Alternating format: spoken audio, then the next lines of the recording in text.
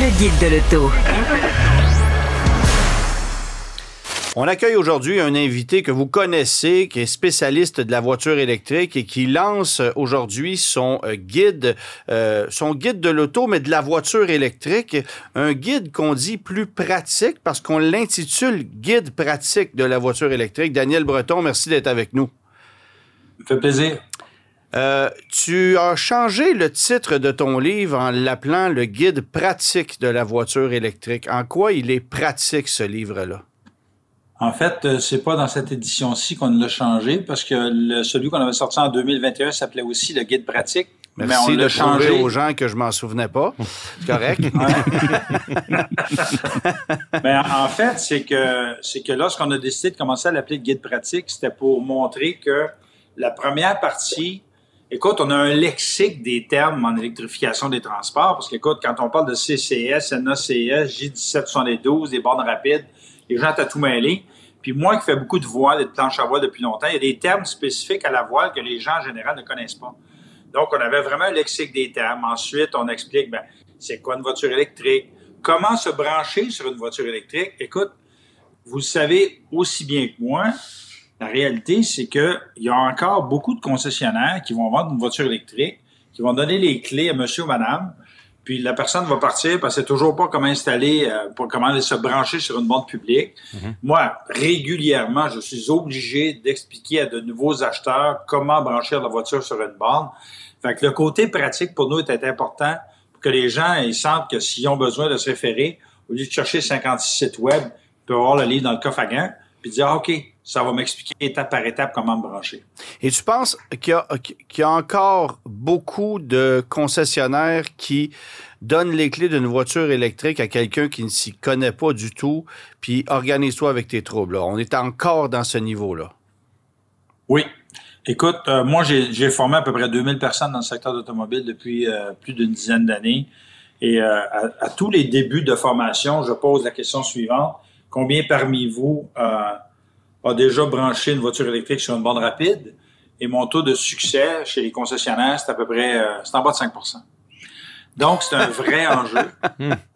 En bas de 5 Oui, fait que ça démontre à quel point il y a du travail à faire. Et même si les gens disent « oui, mais je l'ai branché sur la borne rapide à côté de chez moi », mettons que c'est une borne circuit électrique, ça veut pas dire qu'il sait comment les bornes Electrify Canada fonctionnent, les bornes Tesla fonctionnent, les bornes ChargePoint fonctionnent. C'est différents réseaux qui fonctionnent différemment. Donc, il y a ce qui est quand même un problème, il faut le dire. Là. Ce qui est quand même un problème parce que ça devrait être uniformisé, mais bon. Ça s'en vient tranquillement. Ouais. On s'attend à ce que d'ici la fin de la décennie, on n'ait même plus besoin de sortir de carte de crédit ou d'application. Ça va être ce qu'on appelle le plug and charge. Ouais. Comme Tesla déjà, mais on commence à avoir des ententes avec, entre autres, GM et Ford, où tu arrives, tu es déjà connecté, tu branches ta voiture, tu n'as rien d'autre à faire. C'est vers ça qu'on s'en va. Mais pour le moment, il y a encore une pléthore de réseaux, d'applications, de cartes. Moi, je suis habitué, là. Mais monsieur, madame, tout le monde qui sont moins habitués, qui ne connaissent pas les voitures électriques, c'est un enjeu. Ouais. Daniel, on te connaît très bien quand même, on te voit souvent dans les médias, mais dans cette aventure-là, avec le livre, t'es pas tout seul, tu as des co-auteurs, Paul-Robert Raymond, Pierre Langlois, Michael Bettencourt. Qu'est-ce que ces co-auteurs-là amènent comme expertise complémentaire à la tienne? C'est que Paul Robert et Michael à Toronto travaillent aussi, s'intéressent beaucoup, plus spécifiquement aux véhicules électriques depuis plusieurs années. Ouais. Puis Pierre Langlois, qui est un physicien avec qui je travaille depuis plus de 20 ans, lui, je voulais qu'il amène l'aspect scientifique sur les nouvelles technologies, l'avenir de la recharge, l'avenir des batteries. Ça évolue à une vitesse folle. Je ne sais pas si vous suivez ce qui se fait un peu partout dans le monde, en particulier en Chine. Ouais. Écoutez, on va se le dire, là, il y a des constructeurs qui sont en train de se faire déculotter solidement par les constructeurs chinois et les Coréens aussi qui font de l'excellent travail. Ouais. Et quand on ne suit pas ça de près, c'est dur de voir à quel point les choses évoluent rapidement. Écoute, vous le savez, là, si on recule il y a 10 ans, l'autonomie moyenne d'une voiture électrique, c'était 150 km. Aujourd'hui, on est rendu entre 4 et 500. Temps de recharge d'une Chevrolet Bolt, c'était 1 heure en été, 1 heure et demie en hiver. Moi, cet hiver, vois-tu, je faisais ça en 20 à 30 minutes en plein hiver à moins 25 au Nouveau-Brunswick avec une Ioniq 5. Les choses évoluent tellement rapidement. Alors, on commence à parler de recharge en 5 minutes de 10 à 80 % qui s'en viendrait sur le marché d'ici 4 à 5 ans. Ouais. Fait que ça prend des gens comme moi, comme d'autres, comme Pierre, qui vont dire, écoutez, là, ce n'est que le début. Comment décrirais-tu justement la démocratisation de la voiture électrique? Parce qu'effectivement, si on retourne en 2012, 2013, 2014, c'était les puristes, là, comme toi, là, les convaincus, ceux qui étaient avant-gardistes, voire même audacieux, qui s'achetaient une voiture électrique. Aujourd'hui, c'est monsieur, madame, tout le monde. Où en est-on rendu, là? Est-ce qu'on a vraiment atteint le point où c'est facile, puis on se pose automatiquement la question lorsque vient le temps de changer de véhicule? En fait, c'est que, tu sais, quand on regarde au 4e trimestre 2024, on était à 42 de ventes de véhicules électriques au Québec. Donc, les gens ont tendance à confondre 42 de ventes et 42 de la flotte. Mais on est à peu près à 6 ou 7 de la flotte de véhicules qui est électrique. Ce qui est déjà gros, là. Ce qui est déjà énorme dans le contexte où on a des véhicules qui durent 15, 17, 18 ans. Là. Absolument. Mais ça reste quand même qu'il reste un 93-94 de véhicules qui sont à essence ou diesel dans les véhicules légers au Québec. Au Canada, on est à peu près à 96-97 de flotte de véhicules à essence ou diesel. Donc, quand les gens disent, bon, ben là, écoute, 2035, l'interdiction de la vente des véhicules à essence, ça irait pas en 2050, là. Voire 2055 avant que la flotte au complet soit électrique. Même en Norvège, à 96-97 de ventes de véhicules électriques sont à peu près à 40 de la flotte. Donc, il reste encore beaucoup de travail d'éducation. Et le livre est fait exactement pour ça. C'est un livre grand public. Puis, tu sais, honnêtement, là, les concessionnaires, il y a de plus en plus de concessionnaires qui font du bon travail. Là. Moi, je me souviens, il y a 5 ou 6 ans, là, il y en avait 2-3. Il y avait Bourgeois Chevrolet, Lucier Chevrolet, il y en avait... Oui, mais en même temps, les concessionnaires ont compris qu'il y avait une pièce à faire parce qu'on en vend des véhicules électriques. Et quand il y a de l'argent à faire, ben on se force un peu plus, tu sais, c'est ça. Donc, mais on vend pas un véhicule électrique de la même façon. Tu sais, on en a parlé déjà dans le passé, toi et moi. Il y a des concessionnaires, sans les nommer, qui étaient habitués de vendre uniquement des camions pleine grandeur. Et là, ils ont vu une vague de nouvelles clientèles se présenter qui veulent acheter de l'électrique. Ben ça veut dire que les vendeurs ont besoin de se retrousser les manches, de s'éduquer, de se faire former pour être capable de bien servir une clientèle qui est absolument pas la même. Là. Non. Et tu as raison, parce que le grand public, tu sais, par exemple, mon beau-père a acheté un véhicule hybride rechargeable l'automne dernier. Je lui ai suggéré un véhicule hybride rechargeable il y a 91 ans. Ouais. Des fois, il oublie. Fait que, tu sais, s'il oublie, ben, il y a de l'essence au cas où. Fait que, tu sais, il y a des réalités comme ça. Tant qu'il n'oublie pas de freiner, là. Ouais. Pardon? Tant qu'il n'oublie pas de freiner quand vient le temps de freiner.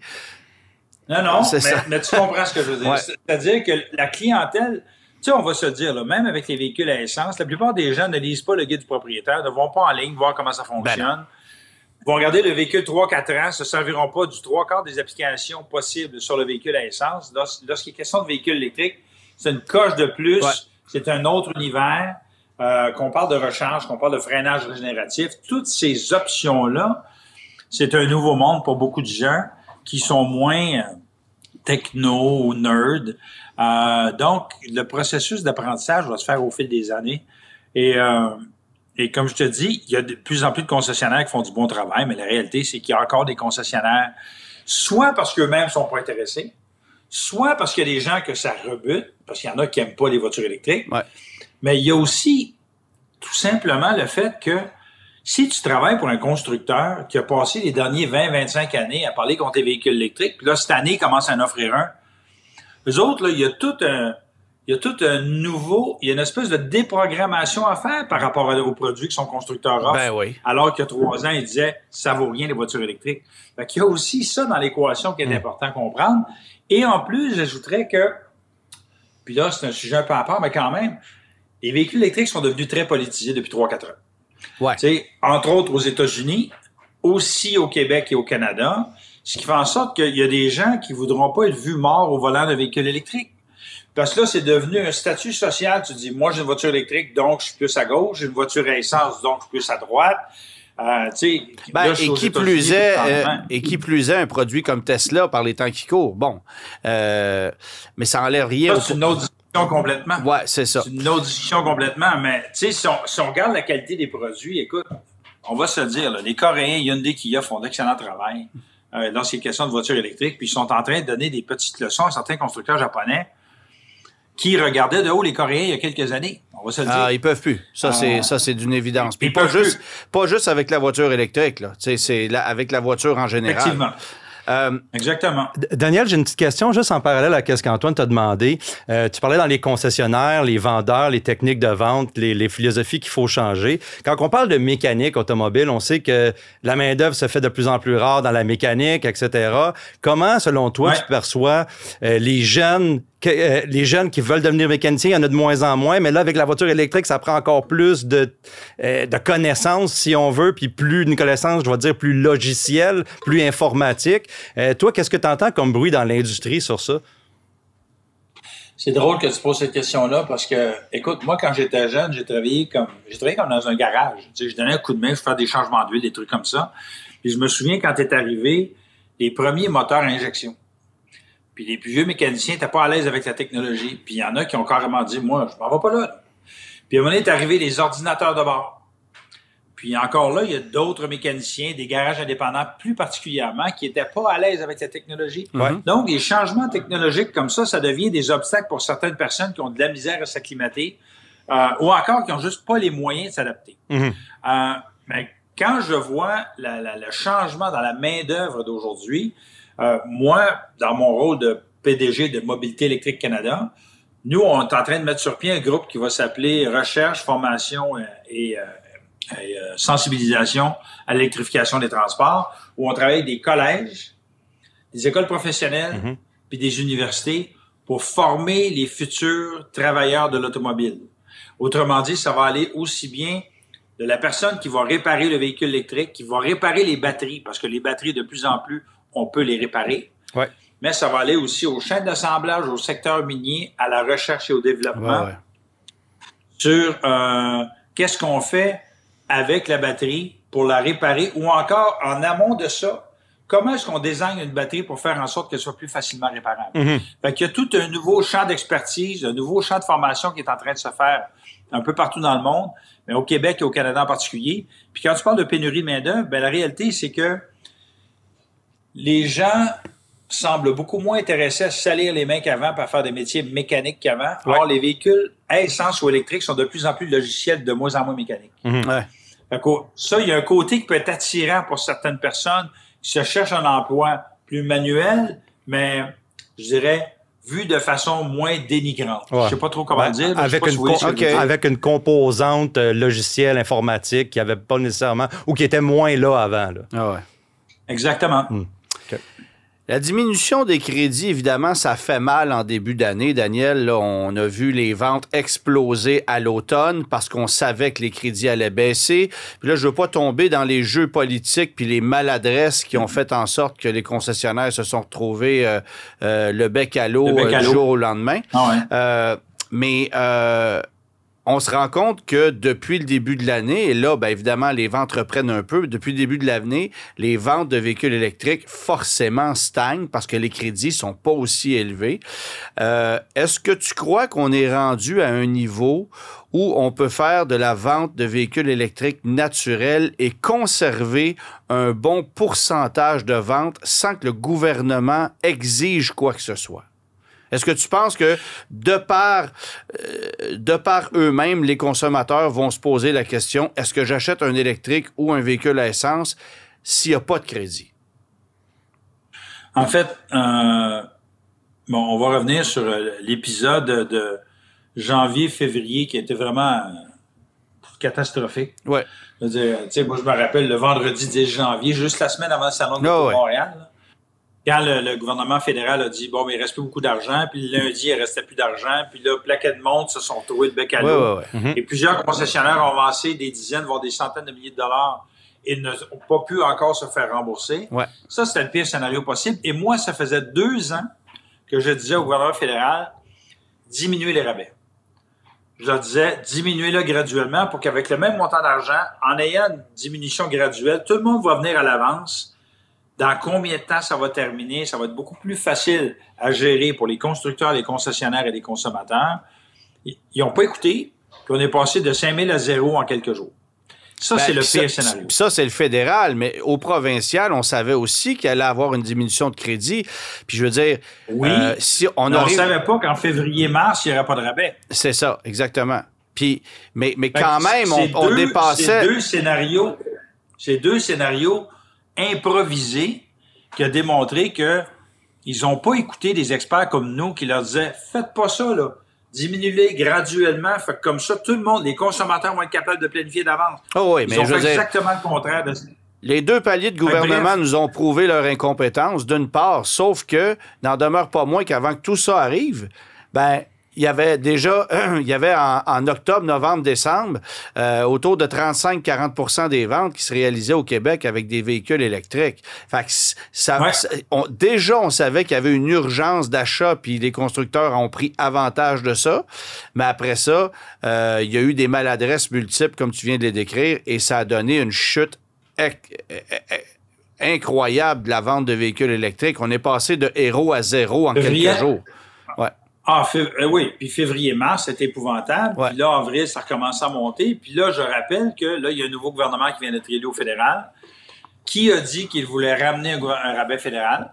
Fait que là, on va le voir dans les prochaines semaines. Je sais pas si on peut appeler ça un nouveau gouvernement, mais enfin, ouais. En tout cas, bref, il y a un nouveau premier ministre. Puis là, nous, on leur a dit d'entrée de jeu, là, annoncer dès le départ, vous allez diminuer graduellement le rabais. Il faut qu'avant 2030, tout ça soit terminé pour que les constructeurs puissent s'adapter. Mais je tiens quand même à rappeler une chose, c'est qu'il y a une norme zéro émission au Québec. Ouais. Il y a une norme zéro émission fédérale. Et lorsqu'un constructeur vend un véhicule électrique, ça lui amène un crédit. Ce crédit-là a une valeur théorique jusqu'à 20 000 $. Autrement dit, ceux qui prennent l'avance, par exemple, en 2024, GM, qui a beaucoup vendu de véhicules électriques, a accumulé des crédits, et au fédéral et au Québec, qui lui permet de faire en sorte que, pour les retardataires, il va être capable d'échanger des crédits avec les constructeurs retardataires. Donc, c'est de l'argent dans leur poche à GM, ça. Ou de continuer... ou de continuer de vendre en parallèle des pick-up à moteur V8. Oui, ça, ce qui est un autre sujet, parce que le sujet des pick-up à moteur V8, parce que je sais que c'est une critique de Toyota de dire, eux autres, ils vendent bien des véhicules électriques pour être capables de vendre bien des moteurs V8. Ben, en fait, c'est qu'il y a aux États-Unis la norme EPA qui est en train d'être scrappée ou reculée considérablement par Donald Trump. Ben, la norme EPA, c'était une norme qui faisait en sorte que les constructeurs, même s'ils vendaient un nombre X de véhicules, il fallait que la consommation moyenne des véhicules diminue. Ouais. Fait que nous, on a toujours dit qu'il faut que les deux travaillent ensemble pour pas que, justement, on ait des situations comme, d'un côté, Toyota qui veut pas vendre la voiture électrique, de l'autre côté, GM veut vendre beaucoup de voitures électriques, mais qui vendent beaucoup de pick-up à essence. Ouais. Fait qu'il faut trouver un équilibre dans tout ça, là. Oui. Puis c'est une loi qui a été... c'est le jeu de la réglementation du lobbying politique. Ben oui, c'est ça. C'est une loi qui a été dessinée pour favoriser les constructeurs américains, là. C'est clair, c'est limpide. Je sais pas de quoi tu parles. Mais il en demeure pas moins que, en ce moment, les ventes de véhicules électriques en pourcentage sont moins élevées qu'elles l'étaient l'année passée. Et même si on a un 4 000 $, en fait, c'est 3 479 $ plus taxes qui donnent 4 000 $, ben ça n'a rien de comparable avec ce qu'on proposait l'année passée. Et donc, ça va être très difficile de pouvoir continuer sur cette même élan-là sans que le consommateur y mette du sien, là. Mais en fait, je vais dire ça autrement. C'est que je rappelle que l'objectif du gouvernement du Québec pour 2026, c'est 32,5 % de vente. OK. Autrement dit, quand on était à 42 % au quatrième trimestre 2024, on était 3 ans d'avance sur les objectifs du Québec. Fait que ça ait redescendu, là, ça devrait remonter au troisième, quatrième trimestre. Moi, j'ai aucun doute qu'en 2026, on va être autour de 32,5 %. Pour ce qui est du fédéral, l'objectif pan-canadien est à 20 %. Au quatrième trimestre 2024, on était à 18,9 %. Donc, on était tellement en avance sur nos objectifs que même si on prend 2 pas de recul pendant un an, on devrait arriver à nos objectifs sans problème pour 2026. C'est vrai pour Québec. C'est beaucoup moins vrai pour Canada, d'autant plus que le BC vient de retirer ses crédits complètement. En fait, pas exactement. C'est-à-dire que là, eux autres, ils ont dit, on regarde ça jusqu'à temps qu'il ne reste plus de fonds. Et là, on révise le programme au complet. Nous autres, on va faire partie de la consultation justement dans les prochaines semaines avec le gouvernement de la Colombie-Britannique. Ben, ils ont mentionné qu'au 15 mai, c'est terminé, là. Oui, mais le courriel que j'ai reçu, là, ça va peut-être durer un petit peu plus longtemps. Fait que j'ai reçu ça avant hier. OK. Quoi qu'il en soit, effectivement, il va y avoir une révision du programme au complet. Et là, ben, tu sais, on va faire valoir nos arguments en disant, mais écoutez, si vous voulez faire en sorte que l'adoption de véhicules électriques continue à aller dans le bon sens, vous pouvez restreindre vos programmes, par exemple. Et ça, je pense que je t'en ai déjà parlé. Il y a des gens qui n'ont pas besoin de rabais, là. Non. Si les gens ont des revenus plus élevés, il n'y a aucune raison pour laquelle il y aurait droit à des rabais. Ça, c'est une chose qu'on dit. L'autre chose qu'on dit, c'est, si tu as déjà eu un rabais, là, ben, laisse la place à quelqu'un d'autre. Au lieu d'avoir 3, 4, 5 rabais par personne, ben, ça devrait être un rabais par personne. Donc, ça fait partie des choses dont on parle, ça, avec les gouvernements, de leur dire, laissez la chance au plus grand nombre possible de consommateurs d'avoir accès au rabais. Ben, de donner la chance au plus grand nombre possible de consommateurs, en ce qui me concerne, Daniel, ça serait pas d'offrir à tous ceux qui ont acheté un véhicule électrique, voire plusieurs véhicules électriques jusqu'à maintenant, ça serait pas de leur offrir un meilleur réseau de bornes de recharge? Parce que ce que je constate comme problème, c'est que oui, il y a eu une augmentation significative du nombre de bornes qui a été installées par le Circuit électrique du Québec. Mais tu sais, on en a ajouté une à Saint-Stanislas de Stanbridge, puis une à Saint-Joachim de je sais pas quoi. Mais la vérité, c'est que sur la 20 puis la 40, il y en a pas beaucoup plus. Et la quantité de véhicules électriques qu'on a ajouté au fil des dernières années est telle que tu t'en sors pas. Tu peux perdre une demi-journée si t'es pris là. Tu sais, il n'y a pas assez de bornes. Tu sais, ça... Pour faire du Montréal-Québec, très souvent, c'est de plus en plus difficile de trouver des bornes libres en périphérie puis de la 20 puis de la 40 aujourd'hui, là. Ça, je pense que d'offrir des sommes... Ça prend plus de bornes. Ouais. Okay? Le gouvernement du Québec a lancé sa stratégie d'infrastructure de recharge en septembre 2023. Ça fait 1 an et demi. Ils ont mis de l'argent, je sais pas si tu te rappelles, mais lorsque le gouvernement a dit on diminue le rabais de 5 000 à 4 000, si on dit spécifiquement, on prend cet argent-là pour mettre $1 demi-milliard de plus pour installer des bornes de recharge. Fait que le gouvernement du Québec a du retard à rattraper là-dedans. Mais je tiens aussi à rappeler que à ce moment-là, ils ont dit que la vaste majorité des nouvelles bornes qui seraient installées entre maintenant et 2030, ça serait installé par le privé. Ils ont dit à Hydro-Québec, vous installez tant de bornes, là, mais 90% des bornes installées, c'est le privé qui doit les installer. Et là, pour le moment, le privé n'a pas été tant au rendez-vous que ça. Donc oui, on a du retard à rattraper pour les installations de bornes. Je tiens tout de même à souligner que la colonne vertébrale de la recharge au Québec, ça ne sera jamais les bornes publiques. Que ce soit au Québec ou ailleurs, d'ailleurs. Non, mais on se recharge. On veut installer les bornes à la maison. Ouais, oui. On veut installer les bornes dans les blocs appartements, les édifices à bureaux. Mais une fois qu'on est sur la route, le fait que les véhicules aient de plus en plus d'autonomie, que les gens sachent comment s'en servir, parce qu'il y a le bout qu'il faut installer plus de bornes, mais il y a aussi le bout qu'il faut que les gens sachent comment se servir des bornes. Clairement. Moi, je vais donner un exemple. Dans le temps des fêtes, lorsqu'il y a eu beaucoup d'attentes, je suis allé voir les bornes pas loin de chez moi à Berthier. Puis là, il y avait des gens qui attendaient en ligne, puis je leur ai dit, écoutez, vous êtes au courant que l'autre bord de la 40, là, à 500 mètres par là, il y a d'autres bornes? Ils disent non. Parce qu'ils ne regardaient pas leurs applications.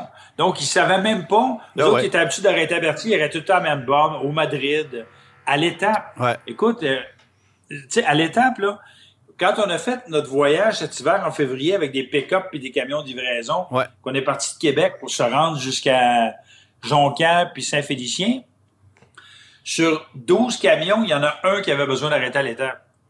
Et là, sur le chemin du retour, on est arrêté, puis il y avait des gens qui partaient de Jonquière avec leur, mettons, une Hyundai Nexus, puis ils arrêtaient à l'étape pour se charger. J'ai dit, tu t'en vas où? Je m'en vais à Québec. Je dis, qu'est-ce que tu fais d'arrêter à l'étape? Tu n'as pas besoin d'arrêter ici. Mais les gens, comme ils connaissent pas, ils sont pas encore capables de doser. On leur a mal expliqué. Ils arrêtent à des endroits où ils n'ont pas besoin d'arrêter du tout parce qu'ils n'ont pas bien appris. On leur a pas bien montré à bien utiliser leur véhicule électrique et son autonomie en hiver comme en été. Bien, ça fait partie de l'éducation de se procurer un véhicule électrique, certainement. Mais je trouve qu'il y a quand même un écart gigantesque entre la quantité de véhicules qu'on a ajoutés sur les routes en offrant des crédits de façon individuelle à des automobilistes versus le nombre de bornes que le gouvernement a ajoutées là où les endroits sont le plus sollicités. Ça demeure un enjeu. On reste quand même, Daniel, pionnier en matière de réseau de bornes de recharge à l'échelle canadienne, certes, mais c'est peut-être par automobiliste, c'est moins intéressant que ça l'a déjà été parce que la force du nombre fait que il y a plus de risques que tu patientes. Là. Ben, en fait, moi, vois-tu, moi qui est toujours sur la route, là, j'attends très rarement parce que j'ai appris à utiliser les applications. Mais tu as raison de dire que ça prend plus de bornes. Là, à dire qu'il y a un écart gigantesque, je suis pas d'accord avec toi. C'est juste d'apprendre à bien gérer ta recharge et à bien gérer les bornes. Évidemment, tu sais, il y a des réseaux de recharge qui sont plus efficaces que d'autres aussi, qui sont mieux installés, qui sont stratégiquement mieux placés. Mais il va falloir en faire plus. Ça, je suis 100% d'accord avec toi. Et que les pétrolières s'impliquent aussi parce que, en même temps, ça commence tranquillement, mais je m'explique mal qu'une station-service Shell, Ultramar ou Petro-Canada n'ait pas accessoirement plusieurs bornes de recharge pour conserver une partie de la clientèle qui perd progressivement. Là. Ouais. Ça, c'est un autre sujet. Parce que, tu sais, moi, ça me dérange pas qu'il y ait des stations-service qui installent des bornes de recharge. Il faut qu'ils les entretiennent. Petro-Canada, c'est l'exemple du pire. Oui, couche-tard. Petro-Canada, t'es presque certain, à une borne Petro-Canada, une borne de recharge chez Petro-Canada, que les bornes ne marcheront pas. Surtout si tu veux payer avec tes Petro-points. Tu sais, écoute. Mais quand je suis allé en Nouvelle-Écosse en septembre dernier, je savais tellement que le réseau était pas fiable chez Petro-Canada que j'ai voulu faire un exercice, puis j'ai appelé une demi-heure avant d'arriver à la borne de recharge à Rivière-du-Loup pour demander au numéro 800 si les bornes étaient bel et bien fonctionnelles à Rivière-du-Loup chez Petro-Canada. Puis le gars a pris le temps de vérifier, il m'est revenu, il dit oui, ça fonctionne. Je suis arrivé, non seulement les bornes ne fonctionnaient pas, le dépanneur au complet était barricadé, il n'y avait pas d'électricité, il y avait du plywood sur les fenêtres. Ça, c'est sûr que ça va mal. Écoute, c'était surréaliste, là. Moi, j'en revenais pas. Fait que c'est ça. Fait qu'il y a des réseaux qui sont bons, d'autres qui sont moins bons. Puis tu as des réseaux comme Petro-Canada qui ont fait un travail lamentable depuis quelques années. Écoute, Daniel, tu as parlé tantôt du marché chinois, surtout de technologie aussi qui nous vient des constructeurs chinois. Puis je veux t'entendre sur une question qu'on se pose beaucoup là, dernièrement, nonobstant la situation avec le gouvernement américain, les tarifs, etc. Puis c'est relié à ça. Qu'est-ce que tu penses de inviter les constructeurs chinois ou de lever un peu là, la réticence envers les véhicules électriques chinois qu'on a au Canada pour pallier un peu à ce qui est en train de se passer? Est-ce que BYD ne devrait pas être installé chez nous qui vendent des véhicules? Là? Écoute, nous, on a toujours été en désaccord avec les tarifs de 100% à l'achat de voitures électriques chinoises au Canada. Et on disait, écoutez, si vous voulez vraiment imposer des tarifs, faites un calcul sérieux pour savoir quel genre d'avantages concurrentiels le gouvernement chinois donne aux constructeurs X ou Y, comme l'Europe a fait. Mais là, le gouvernement canadien a décidé de dire, bon, on va être gentil avec les Américains, on veut montrer patte blanche, on va la négociation d'entente de libre-échange Canada, États-Unis, Mexique. Oui, parce que ton constructeur X ou Y... Excuse-moi, Daniel. C'est parce que tu me parles du constructeur X ou Y. C'est sûr que ça me sonne une cloche qui s'appelle Tesla. Là. Et puis, il faut faire plaisir à Tesla. Tu parles de BYD, tu parles de plein de marques chinoises. Il y en a qui payent 10 de tarifs, il y en a qui payent 40 de tarifs en Europe, là, les constructeurs chinois, les véhicules chinois. Ouais. Puis la réalité, c'est que quand tu regardes la façon dont les Américains nous traitent, on est un peu les dindons de la farce. Fait que c'est pour ça que nous, on dit 100% de tarif, ça n'a aucun sens. Puis, tu sais, si un constructeur chinois voulait venir s'installer au Canada pour ouvrir une usine, why not?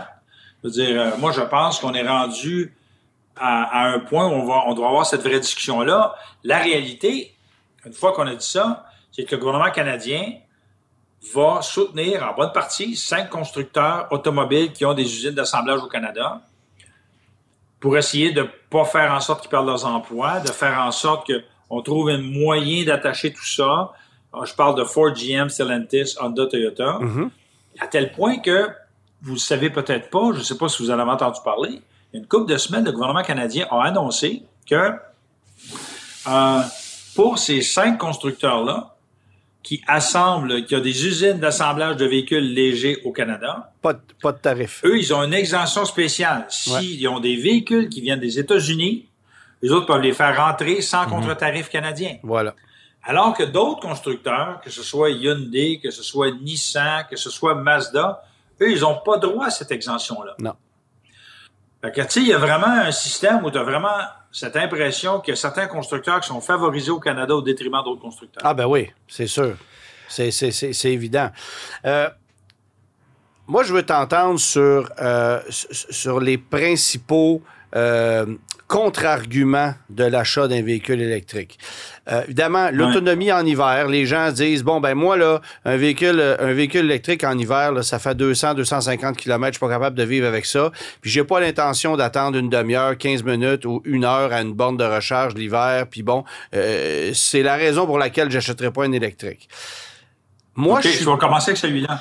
Je vais commencer avec celui-là. Ouais. Tu peux t'acheter un véhicule hybride rechargeable, tu ne vas pas attendre aux bornes. Là. Tu peux très bien t'acheter un véhicule hybride rechargeable. Dans notre guide, on ne parle pas seulement de voitures 100% électriques. On parle aussi de véhicules hybrides rechargeables pour ceux qui ne veulent pas attendre sur la route. Ou ceux qui disent, j'ai pas nécessairement accès ou ça ne me tente pas d'adapter. Les hybrides rechargeables peuvent être une solution tout à fait viable. Moi, en ce qui me concerne, un enjeu dont on ne parle pas assez, c'est le coût de possession à long terme et le coût de réparation d'un véhicule électrique. On constate malheureusement que les assureurs envoient à la scrap des voitures électriques qui sont à peine endommagées, faute d'expertise et de connaissances et de rapidité de réparation. Alors, il y a du gaspillage qui est fait de façon incroyable, particulièrement avec des véhicules Tesla, VinFast, dont on ne partage peu l'information dans l'industrie. Ça, pour moi, c'est le véritable problème. Alors, comment est-ce que tu entrevois... Est-ce que je réponds à ça?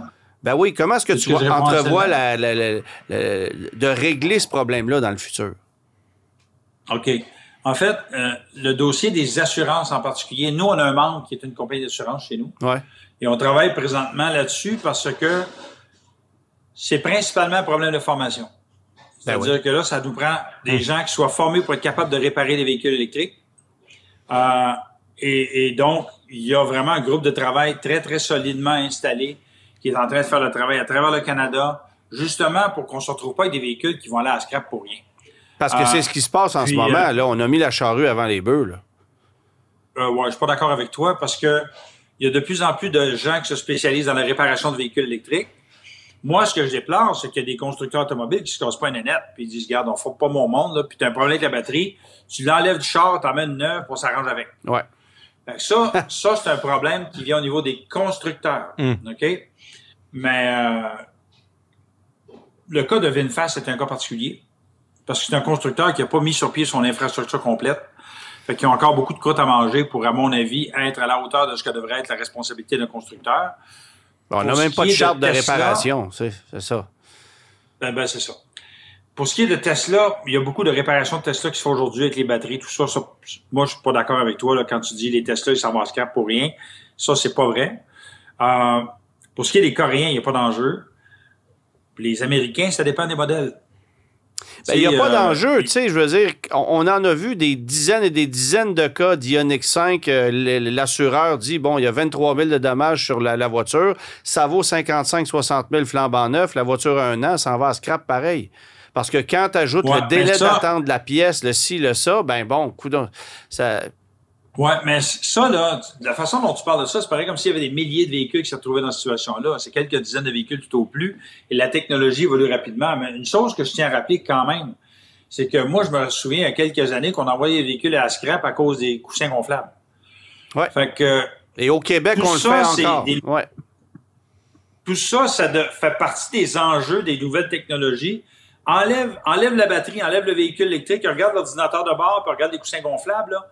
Et ça fait en sorte que le coût des assurances augmente parce qu'il y a de plus en plus de gadgets dans les véhicules. Et moi, ce que je déplore, c'est qu'il y a de moins en moins de véhicules électriques ou à essence assez simples. C'est qu'on a bourré les véhicules de technologie qui fait en sorte que ton ordinateur de bord casse, là, écoute, ça coûte une fortune à réparer. Puis quand je dis réparer, dans le fond, là, c'est pas tellement qu'il répare le véhicule. Tu prends tel module, tu le sors, tu le répares pas, tu le changes, t'en mets un autre. Fait que tu payes la totale pour une pièce, des fois, qui coûte des pinottes. Ah ben oui. Et moi, j'ai vu ça avec certains amis qui avaient des véhicules électriques, qui me disaient, je suis allé voir mon concessionnaire, il me chargeait 30 000 $ pour changer la batterie, la main-d'œuvre, le machin. Je l'envoyais chez un spécialiste, puis ça coûtait 300 $. Mm-hmm. Parce qu'il y a un problème de compétence. Ben oui. Fait que ça, pour moi, c'est un vrai défi. Et tu le règles comment? Quand tu parles de coût total de propriété en général, le coût total de propriété des véhicules électriques est moindre que celui des véhicules à essence, sauf cas où, parce que soit tu n'as pas les gens qui ont la compétence, et c'est ce qui fait que des fois, il y a des gens qui se disent, ben, va pas voir ton concessionnaire, va voir tel expert ou tel autre expert, parce que, écoute, moi je sais, il y a une dame qui avait un problème avec sa voiture électrique, elle est allée voir un garage pas loin de chez elle. Puis le gars, il a pas réparé. Il a scrappé son véhicule parce qu'il savait pas comment le réparer. Ouais. Ouais, malheureusement, on voit ça encore. Bon, là, il arrive une autre dimension, Daniel, qui est très importante et il faut que je t'en parle. Vas-y. Exprime-toi. J'ai regardé le prix du guide pratique de la voiture électrique qui est à 34,95 versus le prix du guide de l'auto qui est à 36,95. Tu nous offres 268 pages, on en offre 704. Alors, le coût par page est beaucoup plus élevé dans le guide pratique de la voiture électrique. Est-ce qu'on ne devrait pas avoir droit à une subvention pour acheter ton livre de façon à réduire le coût et à faire en sorte que ce soit le même prix qu'un guide de voiture à essence? Oui, mais ça, c'est pareil comme de dire, est-ce que je devrais acheter un plus gros volume avec des patates de moindre qualité ou des patates de meilleure qualité qui sont plus chères? Il y en a moins, mais sont meilleures. T'es-tu en train de dire c'est pas juste la quantité qui compte, il y a la qualité qui compte. Ouais. Tu veux aller là, mon cher, on peut y aller. Non, mais moi, c'est une libre question. Je tiens à te mentionner que les deux livres sont édités par la même maison d'édition. Fait qu'il faut pas que tu te mettes le pied dans la bouche non plus, là. Daniel, merci beaucoup d'avoir... vendu les petits pots, les meilleurs onguents, tu comprends? Fait que c'est ça. Ouais, c'est pas... OK. On n'ira pas là. Merci d'avoir pris le temps. Retourne à ta planche de surf. Profite bien de tes vacances et on se reparle bientôt. OK, bye. Salut. Merci, Daniel. Bye-bye.